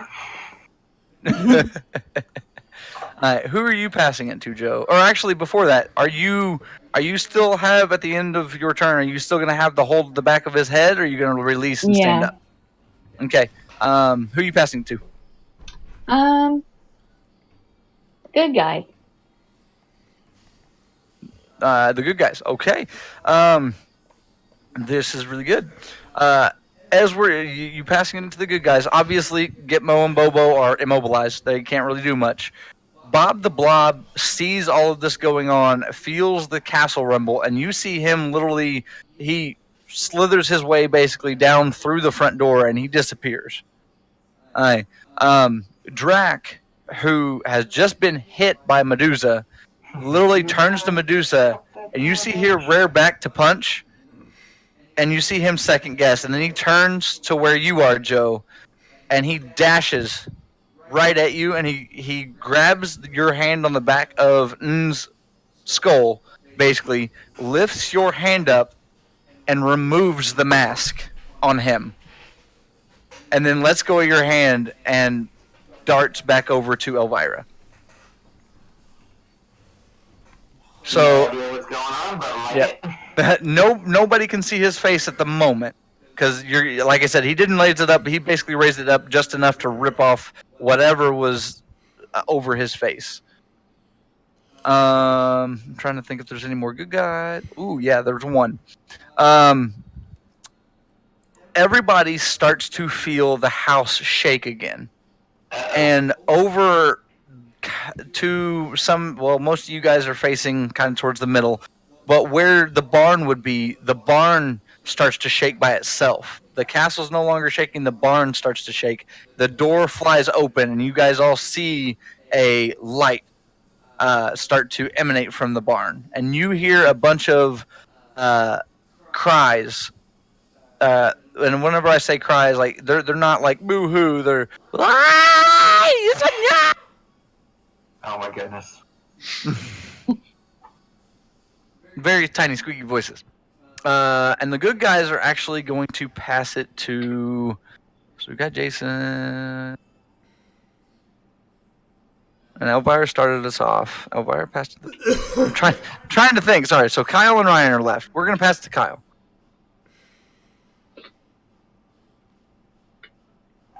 Kyle. Okay, am I here? Can you guys? Yes. Can you hear me now? Okay. Kyle Dottie actually was crashing hard. No, I'm not.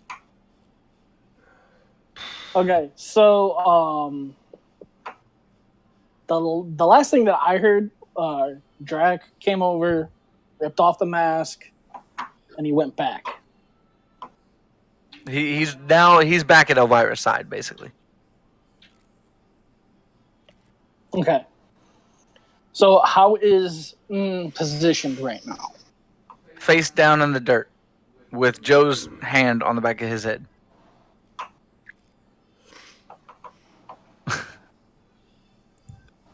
Didn't hear a single word. It was cutting in and out. I'm sorry, guys. You're good. Face down in the dirt.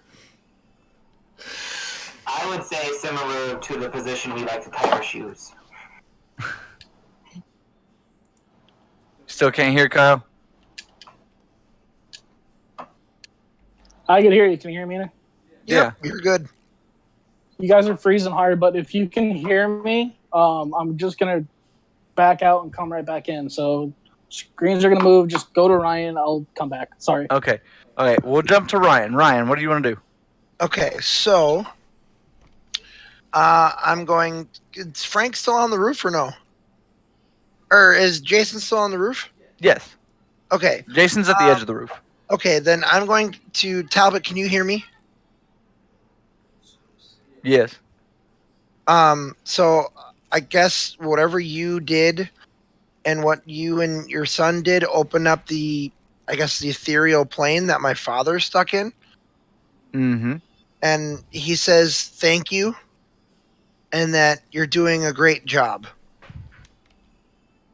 Thank you. That I appreciate. Great.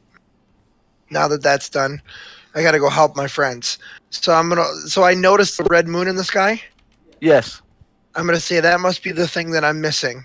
Now that I have you with me, this has got to work this time, doesn't it? He doesn't say a word.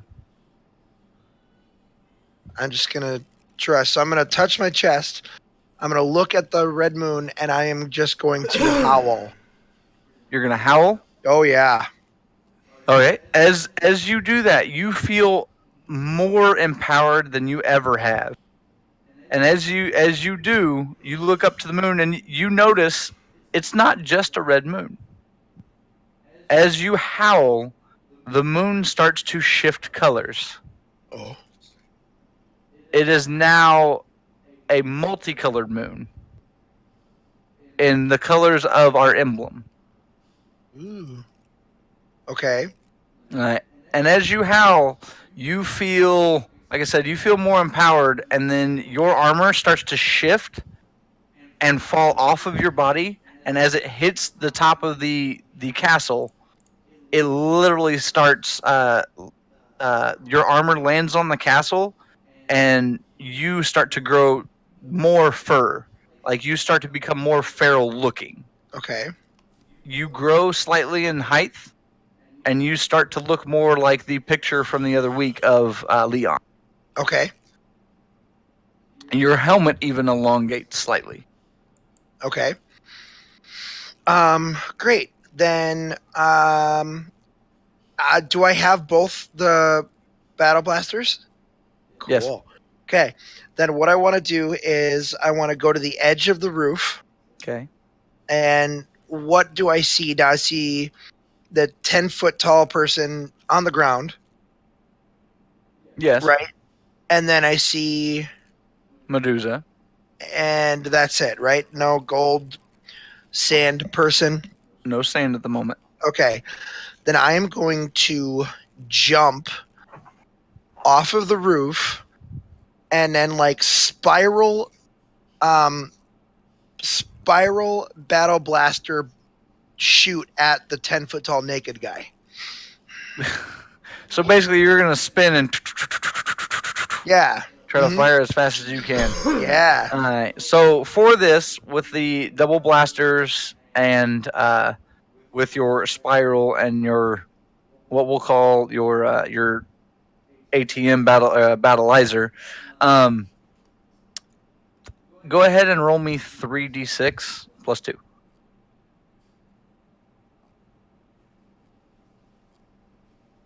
Uh, 14. Okay. All right. Joe, will you roll me a d6, please? Mm-hmm. Oofta. Oof. All right. So, Ryan, as you're spiraling and firing, you manage to hit both and Joe. Sorry. Now, will you please roll me the 3d6 plus 2 again for damage? Joe, you're not getting all the damage. Don't worry.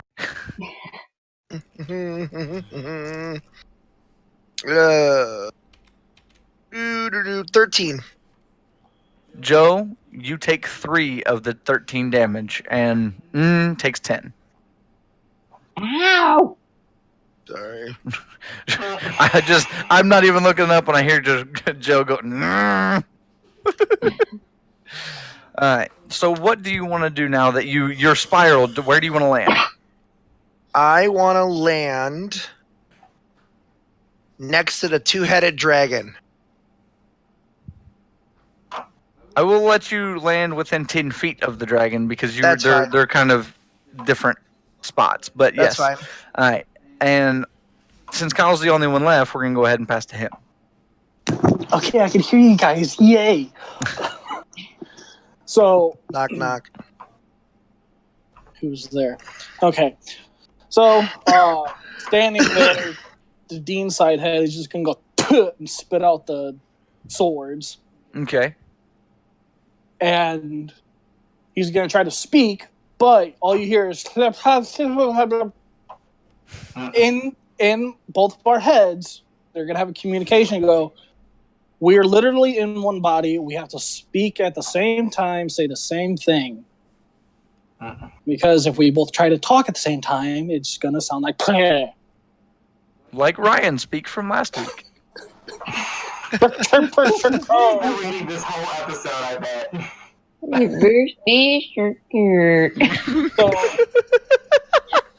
So now when you hear my figures talk, you're gonna hear two voices. You're gonna hear Kyle and Dean at the same exact time. Pretty much like Fusion from Dragon Ball Z. Right. So TM. Everyone's focusing on and even though I released him, he should be my responsibility. I'm gonna go and attack Medusa instead. So, since I'm in dragon form, do I have wings? Yes. Okay. You look like a damn two-headed blue dragon. Cool. All right. Only mini. So all you're gonna hear is think Mushu with two heads. No. Oh, she a girl dragon. That's funny. Okay.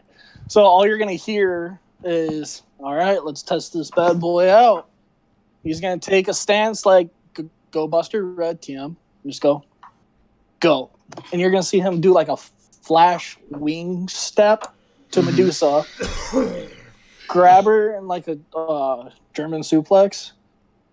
Do a suplex, but as I do it, I want both of the heads of the dragon to breathe fire at her head.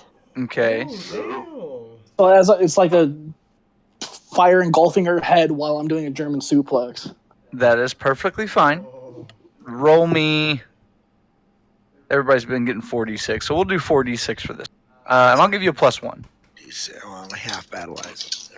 I was going to say, but my grapple's +2. Mm-hmm. There's a point to this. Okay, 5, 4, 9, 15. And then you said +1, so Plus 16. 1, so 16. All right. As you fly at Medusa, yeah, you got her. You are able to grab and spit and do whatever else you want, but when you do this, you now have two snakes attached to either neck. So, snakes, not nice. And you were able. You said you wanted a German soup, right? All right. Well, she was kind of stoned because she was a. Sorry, that pun was real. Sorry, Chief. Hey, I had to deal with your puns for the past freaking the last week. I had to deal with you for 3 days straight. I want to hear. What the fuck is on your ear? I have anal tail on my ear. I thought, dead ass, that was a butter knife. Me too. I'm like, where the fuck did that even come from? Yes, aggressive. Savage. Need some butter? Alright, continue, sorry. Alright, no, you're fine. No, but yeah, as you suplex, you do get bit by two snakes. No damage yet, but you were able to basically body slam her or suplex her backward. As you do you release her or are you keeping hold? No, since I realize that there's snakes, I'm gonna just let go and just go. Drac, a little help here. Drac looks over at you and just doesn't even pay attention. He's more worried about Elvira. Shit. All right. Medusa, as you release her, slides. You slam her and then she slides away. And as she starts sliding, as she's scraping across the ground for about 5 feet, you see as she's scraping, snakes start to come off of her and slither away. I would hope so. I just burnt them all to a crisp. Who are you passing it to? Because this is a new round. New round? And then after you pass it, I'm gonna do a little segue real quick because we're almost at the end of the episode, so I'm gonna give preface. Elvira. Are you gonna pass to Elvira? Cool. All right. Before Elvira, before you say anything, before you do anything, sorry, I saw you were about to say something. Right, the castle starts to shake Like this time, it's really, really heavy. Brian, you've jumped off the roof. Jason, you realize the crack behind you is starting to spread all over the entire castle. Okay. All right. Yeah, go ahead. Okay, so since the cracks are getting bigger, that means the infrastructure's failing. So at this point, then I would like to jump off the roof if the ceiling is breaking. So Okay, I will allow you to do that at this like little interlude. But where do you want to land? Shit. Well, it depends. Who all? Okay, so where I'm standing right now is literally like the peak, the very front of the castle, like right where the entrance doors are. I'm standing on the roof right above those. So, right. I was going to ask you who all was near that area, but I'm pretty sure I won't do damage no matter fucking how hard I jump down. But I'm sort of as long as you're not like trying to ground pound when you come down, which it's not your turn. So no, you'll basically, I won't say you'll float down, but you'll land, and it's not gonna hurt anybody. Okay. So It may jar them a little bit, but who's the closest to the doors then? Well, I mean that would be Gitmo and Bobo. Okay, past them because The Gitmo and Bobo in front of them would be Elvira and Drac. I want to land right beside Elvira. Okay, that's perfectly fine. Again, the building's shaking. Everybody feels the entire castle is shaking. You would all notice at this point where the barn was, where you saw the doors open and the lights started coming out and the screaming. You notice the barn is gone. The barn has now broken itself off from the castle and has disappeared. So now that part of the castle is gone. Like literally that whole section of land is gone. That's not good. As the whole castle says, stop shaking, and in front of you where Von Helsing had attempted to, he disappeared and stuff, and where everybody was basically the main nemesis team was coming out of, you see a white spiral appear, and out of the white spiral, you see a very majestic angel step forth. As the angel steps forth through the spiral and looks at all of you, she turns her gaze directly at Joe. And she goes to speak, but everybody except Joe hears is very high-pitched screeching noise. Oh boy. Joe, you hear this. Oh yeah. I have come. Be warned. Just because you look like me does not mean you can beat me. And then the angel fades back through the spiral, and we're actually going to end our episode early today, and that is where we end our episode. Wow. Oof. Biggest oofs. Damn, that didn't even feel like the time, honestly. Well, since we started earlier and we did end 10 minutes before the 2-hour mark, this was a really short episode. But I'm wanting to give us enough time, because next episode is the last episode before the season finale. Or that is the mid-season finale next week. So I hope everybody is prepared for a lot of shit to go down next week. Dope. All right. That's the end of the episode. I hope everybody enjoyed. We're going to go ahead and split off and do Relic Roundtable real quick if everybody's still up for it. Chief, I understand if you want to step away and stuff and relax. Bitch, I have to stay here. It's on my channel. I have to be here. No, you don't. I can hop in your computer and shut it off whenever we're done with Relic Round. I don't want to keep you up, Sicky. Yeah. So, I'm going to ask this question before I forget to ask it next week. What are the odds that the little bit of blood Elvira got were enough to satiate her? No. I'm going to say slim to none, but No. I figured I'd at least ask. They were enough to hold you until everybody got done attacking, basically. Oh, okay, so I'm still, next to Postal. Got it. Yep. Does anybody else have any questions? Chat, anything like that? Or my Relic Hunters? Well, I think what Trevor, Ryan, and myself were hoping would happen was that Dean would get his own, and then Kyle, just not battleizer, just two separate Ranger Well, hunters. Yeah, I understand, but for reasons I cannot do that. Boo. Yet. I heard the yet. I heard the yet. I heard that. I've got chicken still. I've still got a butter knife. You want to use it? Yeah, let me decrease the value of that. Of the butter knife? I have hot Cheetos. Does anybody else have any questions? Since we actually have the full group, since we were starting earlier, the full group is able to do a little bit of relic round. Yeah, it's really cool. No, but I want to give a shout out to Thumbtack because he gave us a sneak peek of the fan art that he's doing. Yes, Thumbtack is doing awesome fan art for us. So it looks amazing. Does anybody have any questions about their characters or anything like that? Mine's not a question so much, but I gotta say, I loved how Ryan was all like, I'm sorry, Jason, what was that? I can't hear you over the sound of my tragic past. It was so good. I posted in the chat and everything was so great. But here's the deal, though. It's not new.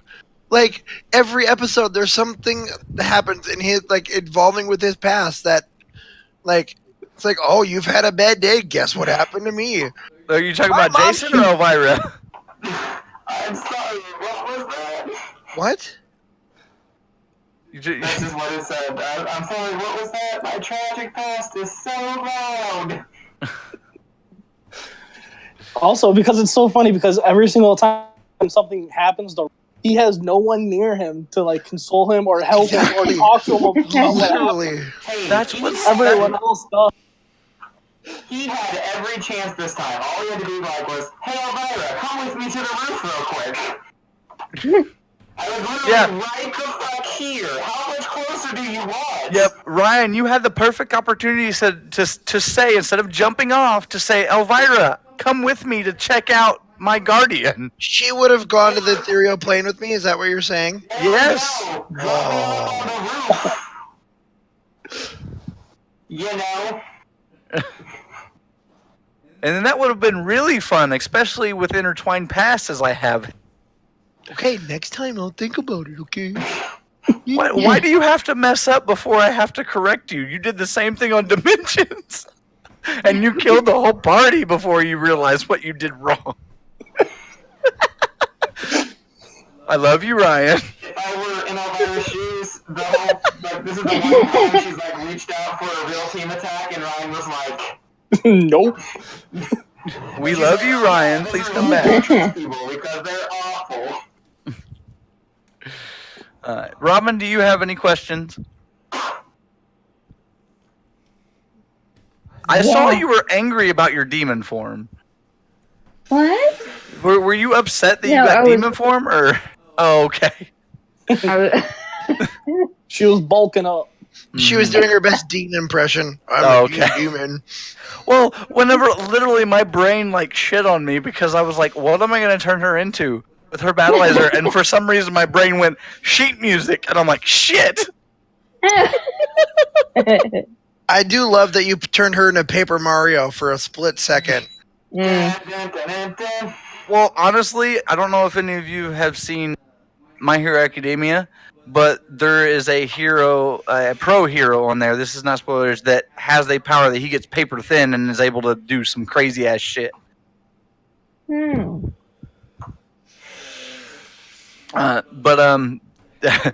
Obviously I'm setting stuff up for after the mid-season finale. The again is next week, everybody. We're still doing the giveaway once ChiefDucky hits 30 subscribers. We're having a lot of fun doing this. I hope everybody else in chat and everywhere else is having fun. I'm still in talks with several guests to come onto the show and whatnot. It's everything's really up in the air right now. If you get that one person on here, I'm not talking. I will give Jason a reason to go mute. He's gonna squeak like a little girl every 5 seconds. I think we all will. Hey, too, I I think can't it say is, yeah. no names on stream right now, please. No, you can't say Y'all will squeal like No, I little cannot girls. say It's gonna be anything. there, and it's just gonna be a dude and or lady. You can't say a name, but No, I'm gonna throw something at you, Chief. nobody Was Elvis? it Elvis? Elvis. Guys, Don't make fun of his hair, bro. Yeah, don't make fun of his fucking hair. He'll beat the shit out of you. Anyway, again, I do want to extend a special thanks to Uchiha Enchanter for the helmets, to Robin for the emblems, to Ryan for the intro, to Relic Mama, aka Miss Catherman, who did all the shirts, which all of us have on tonight. And Mine's just got a everybody pocket. that's helped out, everybody that's pitched in with the donations, and we've had. I don't know about you guys, but I've had a lot of fun with this, and hopefully it keeps going. Again, we're at mid-season finale here. Whenever we reach finale, the finale, which will be around episode 25, I want to keep this going. So Heck yeah. whenever we hit there, I will ask for a vote from everybody, and if we get enough votes to say, hey, continue it. If not, then by that time, hopefully we'll have a certain JoJo's RP going, and we'll have different things going on the channel, and then maybe we can do more Ranger stuff. I've actually talked to Robin about if I can get my stuff down, if she would be willing to play an ER RP. Oh God. But I think that would irk her too much Roll a because d20. They die. yes. Yeah. Well, All why right. did Jason go under the knife today? Oh, he had a cyst on his left eyeball, and the operation went bad, and we lost him. he And if worse comes to he worse, I can hemorrhaged always- from his fingernail. Yes. And if worse comes to worse, I can always reanimate the Monster Hunter RP. Yes, Andrew does have a Monster Hunter RP that he has made, and it's very fun. So I got to play an Aquaman-esque character last one. Still have not murdered him off yet, by the way. You haven't killed Aquaman? Damn you! No, the one chance where you would have been actually useful, the chick decided to fly on a Rathian to like 80 stories and then she fell off. And I couldn't think of a realistic way for you to save her, so she just fell and broke like nearly all the bones in her body. So does anybody She else? was dead. That would have been a fatal drop. Yeah, that's true. Does anybody else have anything they want to say? Does anybody want to throw out their social media handles? Talk about anything Ranger related? Talk anything about Relic? Anything? This isn't just about Relic Hunters or what we're doing. Just anything. No, but my mom's in chat now. Woo, mama! Yeah, Mama Cat. Love you, miss you. What's up? Love you. We love you, mama. Yeah, we do. I do at least. Heck yeah. Love Yeah, you. if Kyle does it, that's a problem. You kidding me right now? Oh fuck! I want to spit out my damn slushy. By the way, while Mama is in chat, I actually got a I wore it. I forget where I wore. No, I brought it to whenever I went up to Illinois today and yesterday, and was showing off Andrew's shirt, actually, Elvira's shirt, and I had several people commenting on it and wondering where I got it from and wondering how they can get some. Heck yeah, dude. So hopefully we will roll those out, and I'll be talking to Mama about if she's got time, energy, or anything else, and helping her out with that, and see if we can't get those at least as a special market and stuff. So That's cool.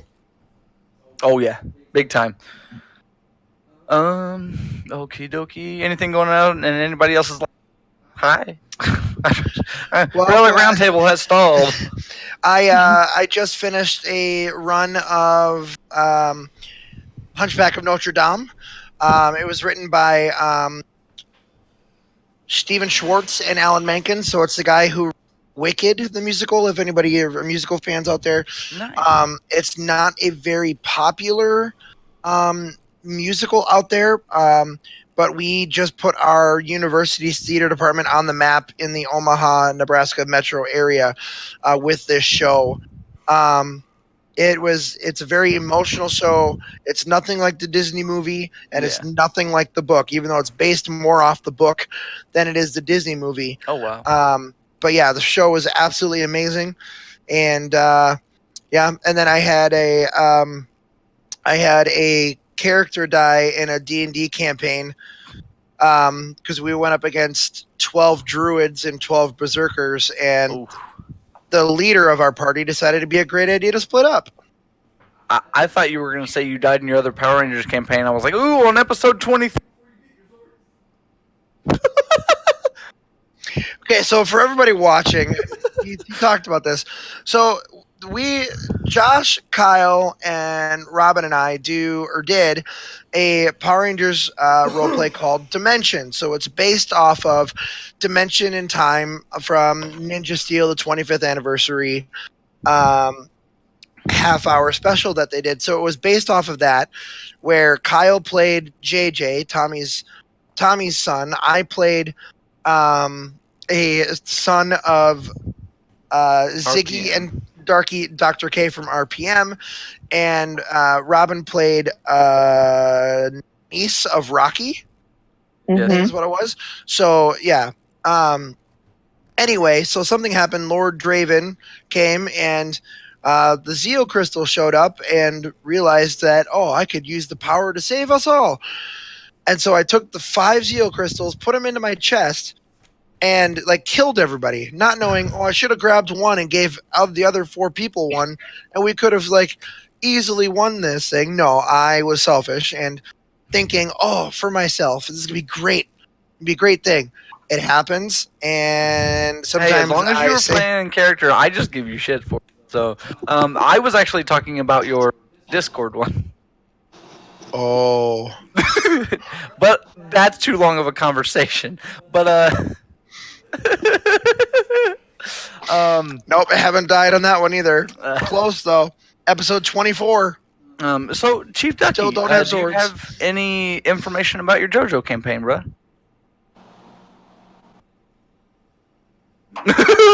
just be okay. I'm not talking about it. Y'all aren't going to get shit information until damn near it starts. Okay, that's fine. I'm just trying to I'm trying to round the relic table.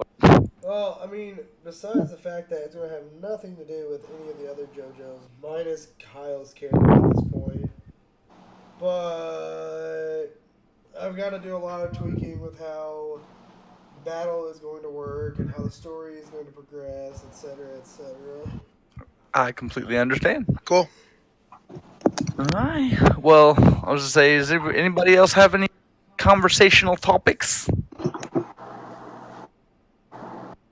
I'm pretty good for Dun, dun. tonight. No, I think we're good tonight. Alright. I was gonna say we ended early, so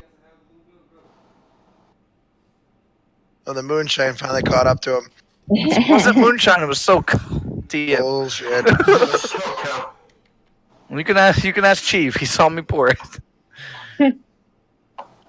No. But I was gonna say, if everybody else is good, stay tuned for next week for part 3 of the mid-season finale. That is technically episode 13, but and episode 12, not 12, 11.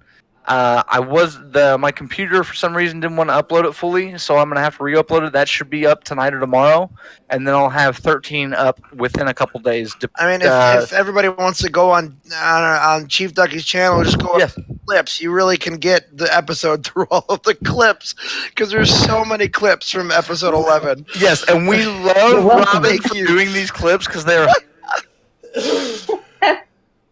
I have so much fun doing this. Oh yeah. They play on a loop, so it's even better. Yeah, and the only reason they shouldn't be up on YouTube within the next couple days is if a personal mishap or a personal something doesn't come in the way. So, but on that, I hope everybody had fun tonight. Again, tune back in next week at 9 p.m. Central Time to hang out with ye old Relic Hunters and see if anybody dies.